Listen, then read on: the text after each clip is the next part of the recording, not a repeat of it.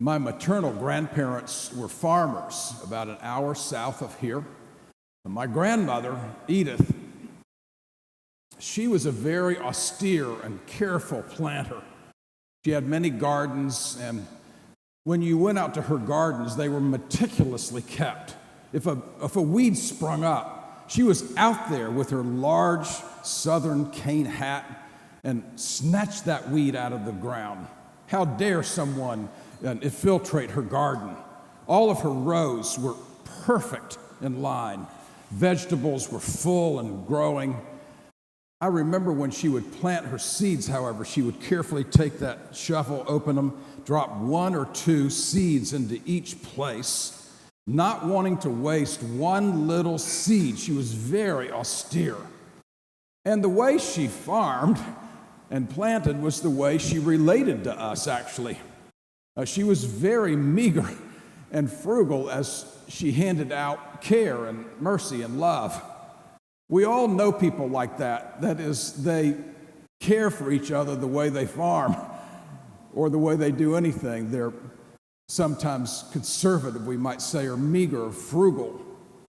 My grandfather, on the other hand, Elmer, he sowed seeds like I think Jesus meant in this parable. I still remember this wide sweep, grabbing lavish amounts of seed in his hand. He didn't care where the seed fell. He thought every inch of God's earth could grow something. So he would sweep his hand generously and graciously and lavishly, throwing seed.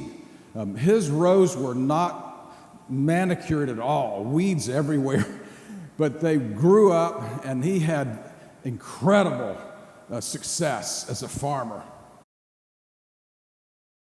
I think Jesus had in mind someone like my grandfather, Elmer, when he told the story of the sower. There was a farmer, he said, who scattered seed. I can imagine then, as Jesus is telling the story, he would have a sweeping arm like my grandfather had, just throwing seed everywhere, believing that a lot of it would grow. He must have known, though, that sower that Jesus is talking about, that some of that seed would fall on the hard-packed pathway soil and wouldn't grow up. Some of that seed would also be thrown onto rocky ground, and some of the seed would hit those thorns Jesus speaks of, and it would also not grow. But there would be a lot of seed thrown out lavishly that would fall on fertile, deep, rich soil. This parable of the sower, of the planter, of the farmer, speaks of a lot of features of God, actually. Behind this story, Jesus must have had in mind that God is a generous and gracious God. Like the sower, God throws seed generously everywhere, the four corners of the earth. Secondly, there's a feature that God's seed, or this sower's seed, must have been robust and sustainable. That is, it was tough, this seed. It could grow in several different kinds of soil and was a robust kind of soil, durable, we might say. And the third feature that Jesus is probably alluding to is that some of that soil, like some of our lives, are unreceiving, rocky, thorny, maybe packed down, not able to receive the wonderful seed thrown by this lavish sower. Jesus, of course, then emulates this generous sower in his own life and teaching, death, resurrection. Christians believe that Jesus is the premier, generous sower of seeds, that is, of grace and love and justice, we might say. And the early church picked this up as they began to be his first followers. There was a generosity, a lavish spirit, you might say, that's depicted in the Acts of the Apostles. That same lavishness is to be part of our characteristic as the church. In the early church, you and I learn beginning in the Acts that they had all things in common. Well, that sounds good, but there was a great generosity going on in those first 5 or 6 chapters of Acts. We're told in the 4th chapter that they began to sell their property. Those who were abundant, those who were wealthy began to sell property and give all of those proceeds to the benefit and needs of the community. We're told in chapter 4 that there was actually a man named Joseph, surnamed Barnabas by Peter, and he sold off a big piece of property, we're told. He was from Cyprus, and gave all of that money to the welfare and benefit of not only the church and its community, but all of its outreach, we can say. It was an electrifying event in the life of the early church, depicting that generous sower that would just throw seed everywhere. You can imagine in any of our churches when a great gift is given to our church, enabling us to do the kind of ministries that are important, both in our community and beyond. It was an extravagant, wonderful gift for this community. And there was a couple depicted in chapter 5 of Acts that must have been impressed by this gift of Joseph, surnamed Barnabas. Their names were Ananias and Sapphira. Ananias and Sapphira, like Joseph, were wealthy beyond imagination. They also had property to sell. They then followed suit. They sold a piece of their property, intending in their generosity to give the proceeds, as Joseph had, for the welfare and benefit of the whole community. In fact, they publicly stated that, we're told, that they would give this generous gift. But then something happened in them. That's something that can happen in all of us, where we begin to wonder about the resources that have been given, and then as we decide about the stewardship. Elizabeth O'Connor, one-time pastor of Church of the Savior in Washington, did a commentary on this parable. She called it the parliament of purses, or the farm full of different soils. That is, in each one of us, you and I have some of these different kinds of soils. And she can imagine, that is Elizabeth O'Connor, that Ananias and Sapphira must have come along and the heroic, generous self said, sell that property and give the proceeds for the benefit of the church. And then along the way, there began interior conflict. We can guess then in our imagination that a fearful self or fearful soil may have grown up. They may have decided, well, we have all these proceeds from the sale, but what if we gave all that to the church, and later on in our lifetime we might need some of those resources, so we better squirrel some away and not give the whole amount like we said we were going to give to the benefit of the church. Or maybe a critical self rose up, or a critical soil, we might say, and they might have asked themselves, are we sure that the money is going to be used wisely by those church leaders? They might squander it, spend it on things that we don't want it to be spent on. Or maybe a distrustful self grew up in them, where they choked this generosity with the kind of question would say, are you sure about those apostles who are administering this budget? They may be spending it on themselves rather than on the benefit of other people. Suddenly, we might say, the hard ground and the rocky ground and the thorny ground began to choke Ananias and Sapphira's generosity. We're told in chapter 5 of the Acts of the Apostles that Peter then confronted them with this reality.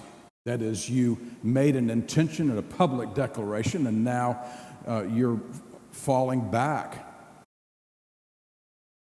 We're told also that they were so shocked at being confronted that they fell dead in front of Peter and the other apostles. Notice carefully the problem in Ananias and Sapphira, the same issues that could raise up in our life. That is, the many selves that live in us. One self might cause us to be generous and benevolent, and then a fearful self or a distrustful self or critical self might raise up and squelch and squander the generous self.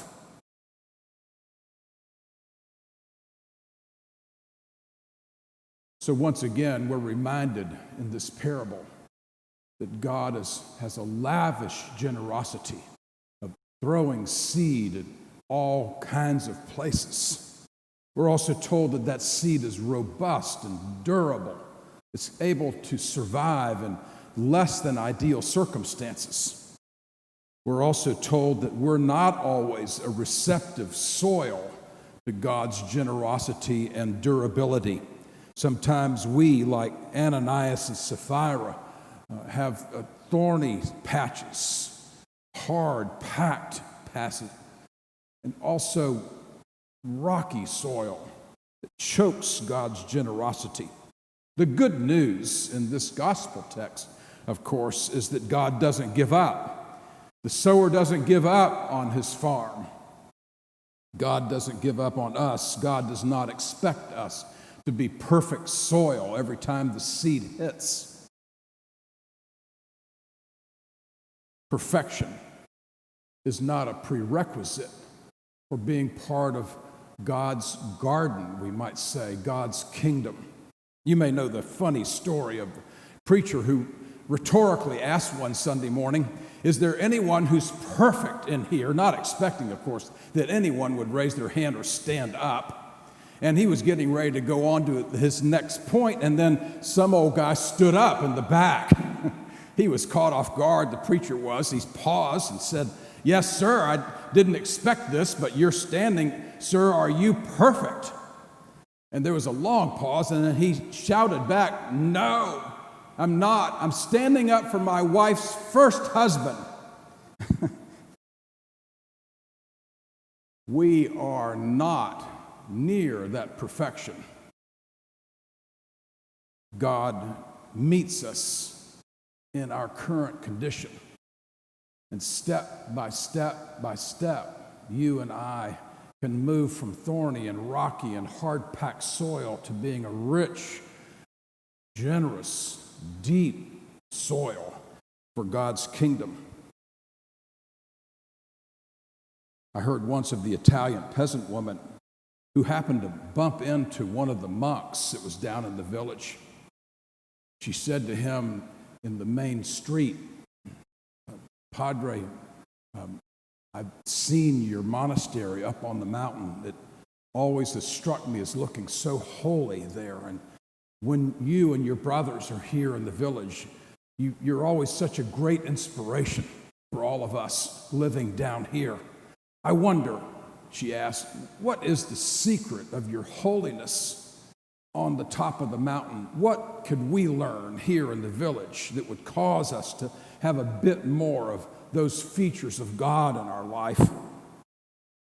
The old wise monk then said, "My dear, up on the mountain, our holiness is based on a spirituality where we fall down and God helps us up. We fall down again, and God helps us up. We fall down again, and God helps us up." That's the way, of course, of Christian growth. Each of us knows about that equation. We fall down, and God helps us up. Or we might say we have this rocky, hard-packed, thorny soil we'd like to discover step by step, incrementally by increment, how I could have a deep, rich soil. It doesn't take much, we're told by Jesus. Just a little bit. There was a salty old sailor who was on his deathbed. He called for a priest. He hadn't been with a priest in decades. He'd been on the open seas. The priest came to offer last rites to the salty old sailor. The caring, wise old priest. He said to the salty sailor, are you sorry for all that loose living, for all the rough and tumble of your life? Old salty sailor said to the priest, no, Padre, I have to say to you, I'm really not sorry. I rather liked all that liquor and rough life and ports of call. I wish I were sorry, but I have to admit to you, I'm not sorry.